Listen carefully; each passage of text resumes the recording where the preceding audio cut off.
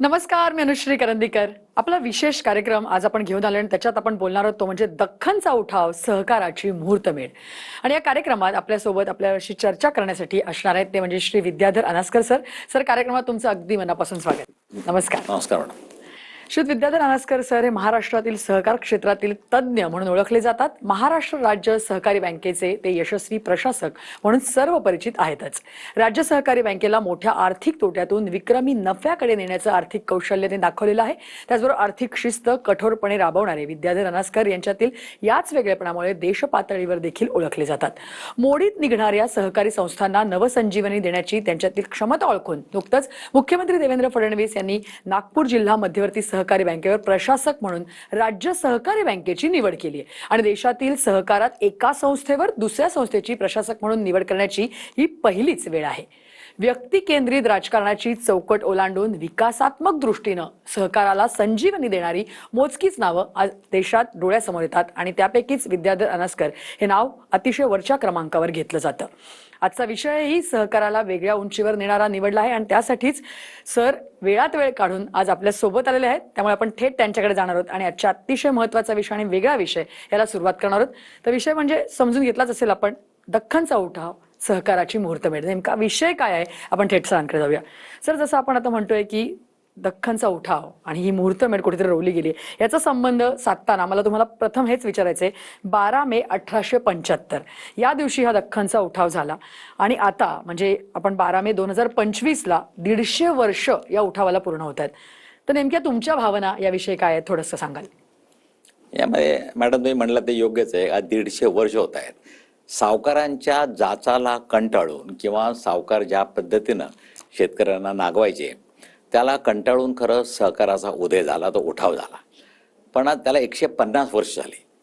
150 वर्षांचा मागवळून बघताना परवाच मी एका वर्धा या जिल्ह्यामध्ये, वर्धा जिल्हा बँक व्हर्च्युअली क्लोज आहे आत्ता, आणि त्यामुळं त्या तिथं सहकाराचा कार्यक्रम होता. आणि सहकाराच्या कार्यक्रमाला गेलेलं असताना अत्यंत एक जबाबदार वरिष्ठ शासकीय अधिकाऱ्यांनी आकडेवारी जी वाचली त्यामध्ये त्यांनी असं सांगितलं की आज ते वर्धा जिल्हा बँक बंद असल्यामुळं परत एकदा शेतकरीपैकी 77% शेतकरी सावकाराच्या दारामध्ये गेले. पण मला त्यावेळी खूप वाईट वाटलं की ज्या 150 वर्षापूर्वी ज्या सावकारीला पर्याय म्हणून सहकाराचा उदय झाला, त्या 150 वर्षानंतर परत एकदा त्या वर्धा जिल्ह्यामध्ये 77% शेतकऱ्यांना सावकाराच्या दारात जावं लागलं. ही मला खरंच एक शर्मेची गोष्ट वाटली. किंवा सहकारातलं एक अधपतन किंवा सहकार अधोगतीला जातोय का काय, याचं मला खूप वाईट वाटलं, वैषम्य वाटलं.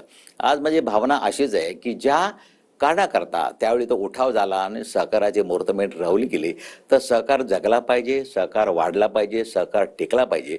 सामान्यांच्या हिताकरता सहकाराशिवाय मध्यमवर्गीयाला पर्याय नाही. परंतु आज मात्र तसं होताना दिसत नाही. त्यामुळे इतिहासातलं परत एकदा इतिहासाची पुनरावृत्ती व्हायची वेळ आलेली आहे का काय असं वाटतं.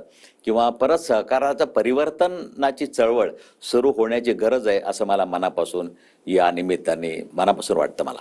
नक्कीच, मला वाटतं खूप महत्वाची गोष्ट तुम्ही सांगितलीत की कुठेतरी एक खेदजनक गोष्ट आहे, कारण ज्याच्या विरुद्ध आपण हा लढा उभारला आहे तो कुठेतरी आज संपुष्टात येऊ नये या दृष्टिकोनात तुम्ही इतके वर्ष सर प्रयत्न पण करताय. पण मला एकूणच पुन्हा एकदा दख्खनच्या उठावाकडे जाताना तुम्हाला विचारायचं आहे, त्यावेळेला जेव्हा हा उठाव झाला 150 वर्षापूर्वी, त्याच्या मागची त्या काळातली परिस्थिती, पार्श्वभूमी ती नेमकी काय होती? त्या काळात म्हणजे एक तर असं होतं की त्या काळामध्ये एक सावकार आणि व्यापारी हे शेतकऱ्यांना कर्ज देण्याकरता व्यक्तिगत संस्था म्हणून उपलब्ध होत्या. अच्छा. संस्थात्मक असं कुठलंही स्वरूप त्याला नव्हतं आणि त्याकरता नियम नव्हते. ब्रिटिश काळामध्ये कुठले कायदे नव्हते. त्यामुळं नैतिकता हाच खरे कायदा त्या काळात होता की त्या सावकारांच्या नैतिकता असेल तर ते शेतकऱ्यांना फसवत नसत. परंतु मॅडम तुम्हाला माहिती आहे की नैतिकता आणि पैसा यांचं विळ्या भोपळ्याचं वैर आहे. त्यामुळे जिथं पैसा असतो तिथं नैतिकता शक्यतो दिसत नाही. त्यामुळं सावकार यांना खूप लुबाडायचे, प्रचंड कडक अटी असायच्या. व्याज देताना व्याजाची आकारणी आणि त्यांच्या जगलरी होत असे. एक उदाहरण म्हणजे आजही ते जगलरी सुफुरे हाय. मला एक खेदाचा विषय आहे की त्या काळात समजा 100 रुपये लोन दिलं आणि त्या रेट ऑफ इंटरेस्ट असेल दर 20%, तर सावकार त्यावेळी 20 रुपये कापून 80 रुपये हातात देत होते. अच्छा. 80 रुपये हातात दिल्यामुळं व्याजाचा दर जाहीर केलेला 20% जरी असला तरी 80ला 20 म्हणजे 100ला 25 तो पडत होता. त्यामुळे डिक्लेअर रेट जरी 20 असला तरी इफेक्टिव्ह रेट मात्र त्यावेळी 25 होता. आणि आजही ती पद्धत हे खाजगी क्षेत्रातल्या बँकांकडून, ज्याला आपण NBFC म्हणतो, तुम्ही कुठे गाडी विकत घ्यायला जाल तर गाडीमध्ये ते सांगतात की first installment at the time of disbursement, Right. म्हणजे कर्ज वितरणाच्या वेळी पहिला हप्ता आणि इतर 35 इक्वल हप्ते. त्यामुळे कर्ज वितरणाच्या वेळी जर हप्ता घेतला जातो तो पूर्वीसारखाच व्याजातच घेतला जातो. त्यामुळे आजही ती जगलरी त्या काळात जी सुरू होती ती चालेल. आजही सुरूच आहे असं मला वाटतं. त्यामुळे त्या काळामध्ये एकच सावकार आणि व्यापारी हाच मार्ग असल्यामुळं शेतकऱ्यांना चक्क नागवलं जात असेल. कंपाऊंडिंग इंटरेस्ट असेल, हे असेल, त्यामुळे प्रचंड दराने त्यांना कर्ज दिलं जायचं. त्यामुळं शेतकरी कर्जाच्या विळख्यातनं कधी बाहेर आलाच नाही. पिढ्यानपिढ्या, म्हणजे एक पिढी गेली, दुसरी पिढी त्याच कर्जाच्या ओझ्याखाली शेतकऱ्यांच्या पिढ्यानपिढ्या आज या जगल्या. त्यामुळे कर्ज फेडण्यातच त्यांचं आयुष्य जात होतं खरं म्हणजे. खरं खरं मला वाटतं तुम्ही सांगताय ते वास्तव होतं त्यावेळेचं आणि खूपच म्हणजे गंभीर होतं. परंतु मला तेच विचारायचं आहे, मग अशा वेळेला या सगळ्या सिच्युएशनमध्ये जर का हा उठाव झाला तर त्यावेळेला या सगळ्या शेतकऱ्यांनी एकत्र येऊन कुठेतरी या सावकारांवरती सामाजिक बहिष्कार टाकला. तो केला म्हणजे नेमकी काय, ही चळवळीची म्हणजे उठावाची ही कुठेतरी सुरुवात होती? कारण का शेतकऱ्यांना ज्यावेळी असं वाटलं की हा सावकार किंवा ते व्यापारी पण त्यांचं व्याज हे धान्यातनं घ्यायचे. कापणी झाल्या एक व्याजरूपी धान्य त्यांना द्यावं लागायचं अत्यंत फस्तामध्ये. त्यामुळे कुठंतरी प्रत्येक शेतकरी हा सावकाराकडून नागवला गेला होता. त्यामुळे उद्रेक असा झाला 1875च्या सुरुवातीला, म्हणजे जानेवारी फेब्रुवारी मध्ये या लोकांनी त्या सामाजिक बहिष्कार टाकला. म्हणजे सामाजिक बहिष्कार म्हणजे त्यांना कुठलीही मदत करायची नाही, इव्हन त्या सावकारांची दाढी करायची नाही, कटिंग करायची नाही, त्यांना कुठल्याही रूपाने समारंभाला त्यांच्या जायचं नाही. आणि म्हणजे कुठल्याही प्रकारे समाजामध्ये त्यांची जी काही कामं आहेत ती कामं कोणीही करायची नाही. त्यांच्या शेतातल्या कापणीला कोणी जायचं नाही. अशा प्रकारे समाजाने त्यांच्यावर सामाजिक बहिष्कार टाकला होता. म्हणजे सामाजिक बहिष्काराचं अस्त्र हे प्रभावी ठरेल असं शेतकऱ्यांना वाटलं होतं. पण सावकार त्यामुळं नमले नाहीत. सावकार आपापल्या याच्यातच अनेक त्यांनी पर्याय शोधले होते. त्यामुळे सामाजिक बहिष्काराचं जे अस्त्र होतं ते म्हणावं तेवढं त्या काळात यशस्वी झालं नाही. नक्कीच. पण एकूणच जर का बघितलं तर शेतकरी तुम्ही जसं म्हणलात तसं की त्यांना अक्षरशः नागवलं जायचं. तर मग कुठेतरी याची जेव्हा सुरुवात झाली तेव्हा हा उद्रेक जेव्हा नेमका झाला, काय काय गोष्टी, कुठल्या कुठल्या परिस्थिती कारणीभूत होत्या? वास्तविकता त्यावेळी तुम्ही बघायला जाल तर एकंदर 1875च्या आधी 20 वर्ष आधी तुम्ही बघायला जाल तर 1854 मध्ये जवळजवळ या शेतकऱ्यांचे 4000 एकर जमीन ही सावकारांकडे गहाण होती. ओके. पुढच्या 20 वर्षामध्ये तो आकडा 10,000 एकर पर्यंत पोहोचला. बापरे. म्हणजे इतके जमिनी त्या सावकारांकडे गहाण होते. सावकार अत्यंत कमी किमतीमध्ये ते जमीन विकत घेत असंच. आणि त्यामुळे शेतकऱ्यांची जमीन घाण असल्यामुळे जवळ 10,000 एकर म्हणजे तेव्हा जवळजवळ प्रत्येक शेतकरी हा सावकाराच्या कचाट्यात अडकला होता. आणि त्याच वेळेला तो दिवस 12 मे 1875 पुण्याजवळ एक सुपं म्हणून एक गाव आहे. ओके. आणि त्या सुपे गावामध्ये बाजार भरला होता. आणि त्या बाजारामध्ये निश्चितच सावकार पण येत असत, कारण का शेतकऱ्यांना वसुली, शेतकऱ्यांची त्या बाजारातच त्यांची वसुली होत असे. त्यामुळे व्यापारी पण म्हणजे व्यापारी कम सावकार आणि काही नुसतेच सावकार आणि हे दोघेही जण त्या बाजाराला येत असत. त्या एक क्षुल्लक एखाद्या सावकाराचं आणि एका शेतकऱ्याचं भांडणाचं तो निमित्त झालं. आणि सामुदायिक म्हणजे कुठेही त्यामध्ये नेतृत्व नव्हतं. या शेतकऱ्यांनी उठाव केला आणि त्या सावकारांची सगळी पुस्तकं जे शेतकऱ्यांचे बॉन्ड्स होते, ज्याला आपण रोखे म्हणतो, ते सगळे बाहेर काढले, ते जाळले आणि सावकारांच्या घरांवर ते हल्ले झाले. सावकारांचं घर जाळण्यात आलं आणि सावकारांना प्रचंड त्या गावामध्ये बाजारपेठेमध्ये प्रचंड मारहाण करण्यात आली. आणि बघता बघता हे लोण जवळजवळ आजूबाजूच्या 30 गावामध्ये पसरलं. आणि त्या 30 गावामध्ये पसरलं, त्यामध्ये नाशिक आहे, सोलापूर आहे, सातारा, बिदरा, कोल्हापूर या सगळीकडे हे लोण पसरलं गेलं. आणि हा मुंबई प्रांताच्या दक्षिणेकडील हा भाग असल्यामुळं त्याला त्यावेळी दख्खनचा उठाव असं इतिहासात संबोधलं गेलं. त्यामुळं त्या सावकारांविरुद्ध प्रचंड राग होता. आणि तो राग या उठावाच्या निमित्त सामुदायिकपणे हे कुठे प्लॅनिंग नव्हतं, एक त्याला कुठं प्री प्लॅन नव्हतं, कोणीचं नेतृत्व नव्हतं. एक उद्रेक बाजाराला आलेल्या प्रत्येक शेतकऱ्याच्या मनामध्ये एक धगधगती आग होती. याने आपल्याला सावकारांनी खूप त्रास दिलाय, छळ दिलाय. आणि त्या छळाचा उद्रेक हा 12 मे 1875 रोजी पुण्याजवळच्या सुपे गावाच्या बाजारपेठेत झाला. नक्कीच, जसं तुम्ही म्हणालात तसं की आणि तिथेच कुठेतरी मग सहकाराची मुहूर्तमेढ रोवली गेली आणि त्याच्यातनंच पुढे ज्या सगळ्या गोष्टी घडल्या त्या चांगल्या आणि कुठेतरी पॉझिटिव्ह घडत गेल्या. पण मग त्याच वेळेला सशस्त्र क्रांतीवीर आहेत वासुदेव बळवंत फडके, यांचा सुद्धा या आंदोलनात कुठेतरी सहभाग होता. त्यांचा नेमका रोल, त्यांची तो योगायोग असा की त्याच वेळेला एक वासुदेव बळवंत फडके पहिले भारताचे खरं सशस्त्र क्रांतिकार, हो, आद्य हो, क्रांतिकार. हो. त्यावेळी त्याने ब्रिटिशांच्या विरुद्ध क्रांती उघडली होती आणि रामोशी समाजातली काही लोक त्यांनी एकत्र केली, तरुण युवा वर्ग एकत्र केला ओके. आणि ते रामोशी समाजातल्या तरुण वर्गाला एकत्र येऊन त्यांनी सशस्त्र क्रांती करायचं ठरवलं. त्यांचा रोख ब्रिटिशांच्या विरुद्ध होता. ओके.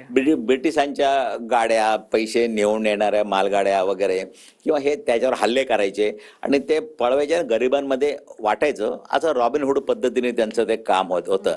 पण त्याचवेळी त्यांचा रोग हा सावकारांवर होता आणि त्या काळात त्यांनी पायी प्रवास पुणं, नाशिक या भागामध्ये पायी प्रवास केल्यामुळं शेतकऱ्यांची परिस्थिती त्यांनी चांगली बघितली होती. ज्या प्रकारे शेतकऱ्यांना नागवलं जात होतं, त्यामुळे सावकारांच्या विरुद्ध त्यांच्या मनात राग होता आणि एकाच वेळेला यांनी सावकारांच्या घरावर धाडी टाकून लुटमार करत होते. त्याच वेळेला हा उठाव झाला. त्यामुळे नॅचरली या उठावाचं नेतृत्व काही काळ या वासुदेव बळवंत फडकेंच्या कडे गेलं. कारण दोघांचा हेतू हे सावकारांना लुटणं हाच होता. सावकारांच्या ताब्यातली वह्या पुस्तकं, हिशोबाची हे बॉन्ड्स, रोखे हे जाळून टाकणं आणि मग सावकाराला वसुलीला कुठलेही कागद जवळ नसल्यामुळे त्यांची वसुली जवळजवळ होणार नाही, अशा भावनेनं या वासुदेव बळवंत फडके यांनी त्या काळामध्ये या उठावाला मदत केली, त्याचं नेतृत्व केलं.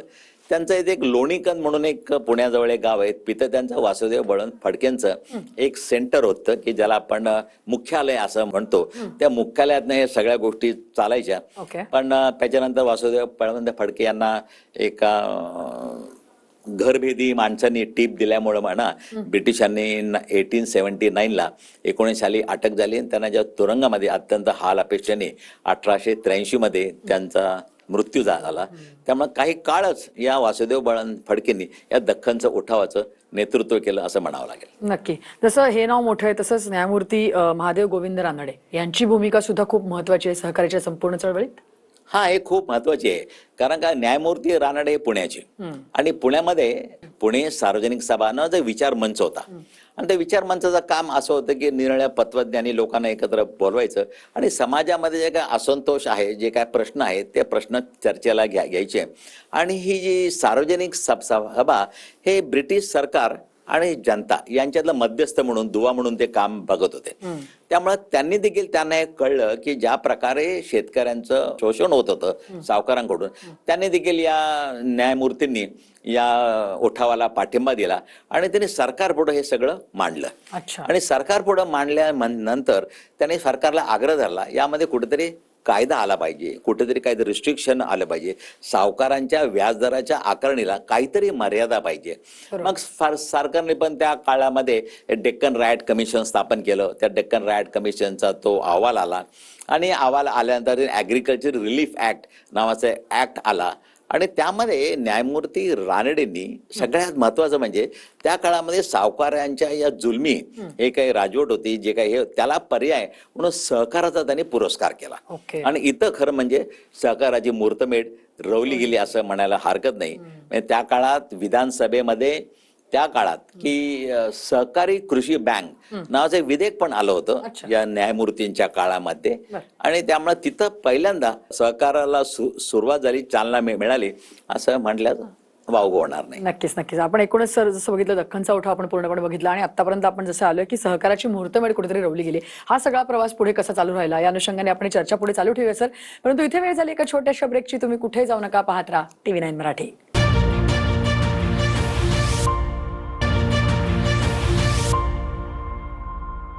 ब्रेक नंतर विशेष कार्यक्रमात तुमचं सगळ्यांचं पुन्हा एकदा स्वागत. आपण बोलतोय दख्खनचा उठाव, सहकारची मुहूर्तमेढ या अनुषंगाने आपण पुन्हा एकदा थेट सरांकडे जाऊया. सर, जसं आपण म्हटलं की एकूणच दख्खनचा उठाव आपण पाहिला, त्याच्यामधले रोल लोकांचे कसे होते ते पाहिलं आणि त्यानंतर जी कुठेतरी सहकाराची चळवळ सुरू झाली, तर मग सहकारी पतसंस्थेच्या संकल्पनेचा उदय नेमका कशा प्रकारे झाला अनुषंगाने? तुम्ही एक बघायला तर ही जी दख्खनचा उठाव आहे, हा उठाव होण्यामागं अजून एक महत्वाचं कारण असं होतं की त्या काळामध्ये 1860 मध्ये ब्रिटिश सरकारमध्ये ब्रिटिशांकडं जे काही कापसाची आयात व्हायची आयातीपैकी 3/4 कापूस हा अमेरिकेकडनं आयात व्हायचा. ओके. परंतु नेमकं त्याच वेळी 1861 ते 1865 या काळामध्ये अमेरिकेत यादवी सुरू झाली आणि यादवी सुरू झाली त्यामुळं अमेरिकेतनं ब्रिटिशांना जो निर्यात व्हायची कापसाची ती बंद पडली. त्यामुळे ब्रिटन हा संपूर्णतः भारतावरच्या कापसावरच्या आयातीवर तो अवलंबून राहिला. त्यामुळे त्या काळात ब्रिटिशांनी भारताला बरेच पैसे दिले, व्यापाऱ्यांना ॲडव्हान्स दिला, व्यापाऱ्यांनी या शेतकऱ्यांना कर्ज दिलं आणि भरमसाठ त्यांना ॲडव्हान्स दिला कर्जापोटी की तुम्ही कापूस उत्पादन करा. आणि शेतकऱ्यांनी आपले रेग्युलर खाद्यपदार्थ उत्पादन न करता त्यांनी कापसाकडे वळले. त्यामध्ये तुम्हाला माहिती आहे विदर्भातलं एकंदर वातावरण हवामान हे कापसाला पोषक असल्यामुळं तिथं जास्त कापूस विकला गेला. पण नेमकं 1965 साली 9 एप्रिल 1965ला अमेरिकेतील यादवी संपुष्टात आली आणि संपुष्टात आल्याबरोबर भारतातल्या कापसाची मागणी घटली एकदम आणि ते घटल्यामुळं आधीने कर्ज घेतलं होतं त्यामुळं तुफान इथं अनरेस्ट झाला. कारण की कापूस उत्पादन करून त्याला मार्केट नाही आणि कर्ज मात्र डोक्यावर होतं. आणि त्याच वेळेला बघायला जाल की युरोपमध्ये देखील असं सावकारांच्या कर्जापासून मुक्ती मिळवण्यासाठी तिथं सहकारी संस्थांचा उदय झाला होता ऑलरेडी. त्यामुळे ही परिस्थिती साधर्म्य साधणारी होती. आणि मग त्या काळामध्ये एक सगळ्यात पहिलं आपलं मद्रास सरकारने या काळामध्ये त्यांचे एक अधिकारी होते निकोलसन म्हणून. त्या निकोलसन अधिकाऱ्याला या सहकारी संस्थांची अभ्यास करण्याकरता त्यांनी परदेशी पाठवलं होतं आणि परदेशातली परिस्थिती आपली प्रति साधर्म्य साधणारी होती. आपल्याकडे असं कॉपरेटिव्ह मॉडेल यशस्वी होईल का याचा अभ्यास या निकोलसननी केला आणि तसं 1885-95 मध्ये 2 रिपोर्ट त्यांनी सरकारला सादर केले आणि त्या रिपोर्टच्या आधारे खरं म्हणजे पहिली एक सहकारी संस्था कायदा यायच्या अगोदर पंजाब बंगाल यामध्ये अशा सहकारी संस्था स्थापन झाल्या आणि त्या सहकारी संस्था स्थापन झाल्यानंतर हळूहळू त्यांना कायदेशीर स्वरूप नंतर आलं.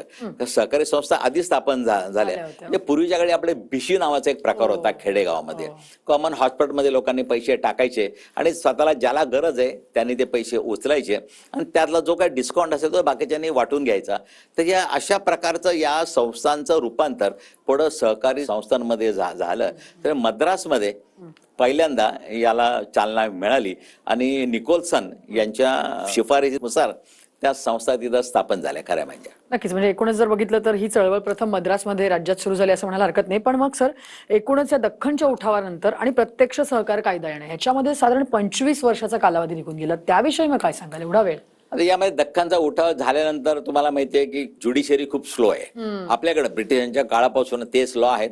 नंतर दख्खन रायट कमिशन स्थापन केलं गेलं. या रायट झाल्या कशा करता काय याचं कमिशन त्याचं शोध त्याचं हे त्याच्यानंतर पहिल्यांदा कृषी सहकारी कृषी बँकिंगचं विधेयक आलं पण त्याला राज्याच्या सेक्रेटरीनी म्हणजे सेक्रेटरी ऑफ स्टेट त्यांनीच विरोध केला पहिल्यांदा. त्यामुळे त्यांनी विरोध केल्यानंतर ते सहकारी कृषी बँकेचं विधेयक मागं पडलं आणि त्याच्यानंतर हळू ज्या प्रकारे एक फास्ट व्हायला पाहिजे होतं ते काही विधेयक म्हणजे आलं नाही. त्यामुळे असं करत ज्यावेळी सहकारी संस्था मद्रासमध्ये पहिल्यांदा स्थापन झाल्या बंगालमध्ये त्यानंतर महाराष्ट्रात पण दाभाडे नावाची पहिली संस्था 1905 मध्ये झाली पण तो कायदा आल्यावर. त्यामुळे कायदा 1904 मध्ये या सगळ्या प्रोसेसला मला वाटतं ते पद्धत आजही आहे. मी तुम्हाला ते मुद्दाने सांगतो की 97वी घटना दुरुस्ती जी झाली त्याच्यावर माझं एक पुस्तक आहे. पण 97 घटना दुरुस्ती आत्ता झाली 2011 मध्ये तिला बरोबर 22 वर्ष लागली. म्हणजे घटना दुरुस्ती होण्याकरता पहिला अहवाल आला की घटना दुरुस्ती आवश्यक आहे सहकारामध्ये आणि सहकारामध्ये त्याला घटनेमध्ये त्याला अधिकार दिले पाहिजे फंडामेंटल राईट दिले पाहिजे. त्याला बरोबर 22 वर्ष लागले. पूर्वीचे 25 वर्ष काय ना आताची 22 वर्ष काय आजही ते काही बदल झालेला नाही त्यामध्ये. त्यामुळं ज्या प्रकारे ते फास्ट व्हायला पाहिजे होतं ते काही झालं नाही. मध्यंतरी एक त्यांनी आणलं की या लिमिटेशन ऍक्ट 3 वर्षाचा आणला की 3 वर्षापर्यंत बॉन्ड चालतील सावकारांचे. सावकारांचा गैरफायदा घेतला. सावकार काय करायचे 3 वर्ष झालं की जुन्या मुद्दलामध्ये व्याजाचं रूपांतर मुद्दलात करून परत एक नवीन बॉन्ड त्या माणसाकडून शेतकऱ्यांकडून घ्यायचे. आजही ती पद्धत त्याला आपण बँकेमध्ये नवीन जुनं असं म्हणतो आजही ती पद्धत आहे चालू. पण अशा प्रकारे उलट शेतकऱ्यांचं त्या कायद्यामुळे नुकसानच व्हायला लागलं. तेव्हा परत तो कायदा बाजूला पडला आणि सर्व समावेशक असा कायदा 1904 मध्ये भारतात पहिला सहकार कायदा 1904 मध्ये आला. नक्की. पण दख्खनच्या उठावाच्या पार्श्वभूमीवर तेव्हाच्या ज्या तत्कालीन सहकारी संस्था होत्या ज्या स्थापन झाल्या आणि आजच्या ज्या सहकारी संस्था आहेत राज्यातल्या, याच्यामध्ये काही फरक जाणवतो? काय असेल आणि तो? नाही, पूर्वीच्या काळी जे सहकारी संस्था होत्या त्यांचं एक ब्रीद वाक्य असं होतं की सभासदांचं हित. जे सभासद हित डोळ्यासमोर ठेवून, म्हणजे मॅक्झिमम प्रॉफिट हा त्यांचा उद्देश नव्हता, जास्तीत जास्त नफा. म्हणजे नफा कमवण्यासाठी या सहकारी संस्थांची स्थापनाच नाहीये. म्हणजे व्यापारी तत्वावरती त्या चालतच नव्हत्या. त्या ज्या काही चालत होत्या त्या सोशल त्यांचं अँगल होता की सामाजिक भान आणि समाजाला जे आवश्यक आहे त्या सहकारी संस्थांच्या माध्यमातून पुरवलं जात होतं. फक्त पैसाच नाही, गावची कामं देखील, एखादा गावचा मार्ग असेल, रोड असेल, हे देखील या सहकारी संस्था एकत्र येऊन कॉन्ट्रीब्युशन मधून करत होत्या. त्यामुळे सहकारी संस्थांचा आता जो काय काम आहे, आता काही बाबा एक साखर कारखाने असतील, सूत गिरण्या असतील, जिल्हा बँका असतील, या विशिष्ट हेतू व्यवसाय डोळ्यासमोर ठेवून या सहकारी संस्था आज काम करतात. पूर्वीच्या काळी मात्र असं नव्हतं. त्या माणसाला, त्या खेडेगावातल्या माणसाला जे जे काय आवश्यक आहे, जे जे सहकारी संस्थांकडून मदत अपेक्षित आहे, ती सगळी मदत या सहकारी संस्था एकत्र येऊन करत होत्या. हा मूळ खरा मोठा बदल आहे आजच्या सहकारी संस्था आणि पूर्वीच्या संस्था यामधला. हा मूळ बदल आहे असं मला वाटतं. नक्की. सर, अगदीच आता थोडक्यात की आता 150 वर्ष पूर्ण जर का होत आहेत यावर्षी, तर मग आता या सहकारी चळवळीत जे कार्यरत आहेत त्यांना तुम्ही थोडक्यात काय सांगा? मी थोडक्यात इतकं सांगेन की ज्या उद्देशाकरता सहकार चळवळ सुरू झाली, तो उद्देश डोळ्यासमोर ठेवून, एक सभासदांचं हित हे डोळ्यासमोर ठेवून परत सहकार चळवळीला जर तुम्हाला ताकद द्यायची असेल तर यामध्ये ज्या काही अनावश्यक गोष्टी या खूप यात आलेल्या आहेत, त्यामध्ये व्यापारीकरणाच्या भावनेतून, कमर्शियलायझेशन, नफा कमवण्याच्या उद्देशाने सहकारी संस्थाच भरकडतात का काय आपल्या उद्देशापासून असं वाटायला लागलेलं आहे. त्यामध्ये राजकारण पण जास्त आलेलं आहे. त्यामुळे या सगळ्याला बाजूला ठेवून एक सहकारी चळवळीचं खरं जे धोरण आहे, कारण काय मॅडम बघा, एक आहे हा जो मध्यमवर्गीय आहे, त्या मध्यमवर्गीला त्याचं जर पुढं जायचं असेल, तर उत्कर्ष करायचं असेल, तर एकच मार्ग आहे, तो म्हणजे सहकारी संस्था. या कुठल्याही कमर्शियल त्या मध्यमवर्गीयाला उभं करत नाहीत, कारण या फास्ट लाईफमध्ये. त्यामुळे सहकारी संस्था टिकल्या पाहिजेत, वाढल्या पाहिजेत आणि सभासद हाच केंद्रबिंदू म्हणून त्याच्या भोवती जर आपलं काम सुरू ठेवलं तर आज माझं असंच अपेक्षा आहे या नवीन आजच्या सहकारी संस्थांकडून सभासदा केंद्रबिंदू ठेवून त्याच्या आवश्यकतेनुसार तुम्ही त्याला सेवा पुरवठादार म्हणून त्याने कार्यरत राहिलं पाहिजे असं मला मनापासून वाटतं. नक्कीच, नक्कीच. आणि याच अनुषंगाने जर ते चालू ठेवलं तर मला वाटतं ही सहकार चळवळ खूप वर्ष अनेक पुढे चांगल्या पद्धतीने चालू राहील. सर, निश्चितच तुम्ही सर इथे आलात आणि या संपूर्ण महत्त्वाच्या विषयावरती एवढं छान चर्चा केली, मार्गदर्शन केलं आमच्या प्रेक्षकांना, त्याबद्दल धन्यवाद. Thank you madam. Thank you very much. या विषयासह आता आम्ही इथेच थांबतोय. तुम्ही कुठे जाऊ नका, पाहत राहा TV9 मराठी.